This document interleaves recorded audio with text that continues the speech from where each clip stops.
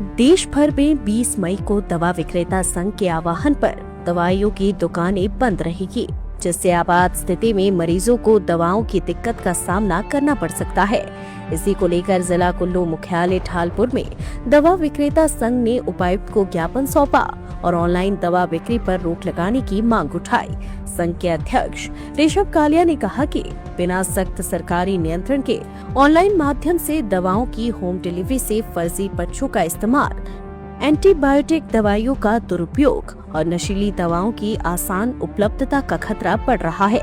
उन्होंने कहा कि फार्मासिस्ट और मरीज के बीच सीधा संवाद खत्म होने से नकली दवाओं की आशंका भी बढ़ सकती है। उन्होंने यह भी आरोप लगाया कि बड़ी ई फार्मेसी कंपनियां भारी छूट देकर छोटे दुकानदारों के कारोबार को प्रभावित कर रही है। संघ ने केंद्र सरकार से हस्तक्षेप की मांग करते हुए ई फार्मेसी से जुड़े नियमों को वापस लेने और अवैध ऑनलाइन दवा बिक्री पर पूरी तरह रोक लगाने की अपील की है। भारत सरकार को हमारी कुछ समस्याएं हैं, उसको लेकर इनके माध्यम से आज हमने ज्ञापन सौंपा है।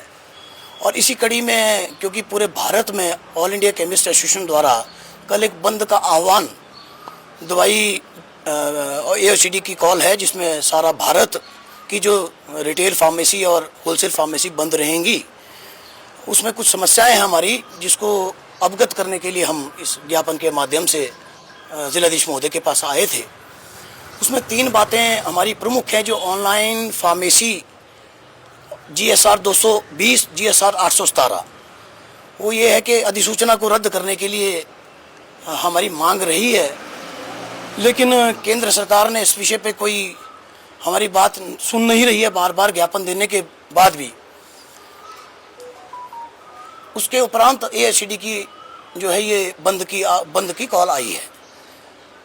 जो GSR 220 की अधिसूचना कोविड काल में, आपातकाल में हमें इसको घर घर तक दवाई पहुंचाने के लिए की थी, जिसका दुरुपयोग ई फार्मेसी प्लेटफॉर्म बड़ी बुरी तरह से कर रहे हैं।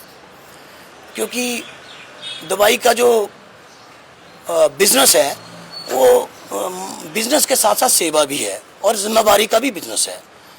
ई फार्मेसी कंपनियां जो हैं उनके ऊपर कोई लगाम नहीं है, क्योंकि स्पूरियस ड्रग्स को बढ़ावा मिल रहा है और नशे की दवाइयां बच्चे और जो लोग इस प्रकार से काम कर रहे हैं AI जनरेटेड प्रिस्क्रिप्शन को अपलोड करके सीधे घर तक नशे को पहुंचाने का प्रबंध ये सरकार कर रही है।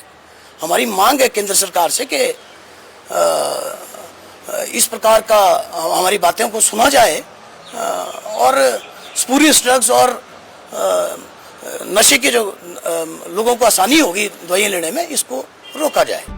लाइफ टाइम्स टीवी के लिए कुल्लू से मनीष ठाकुर की रिपोर्ट।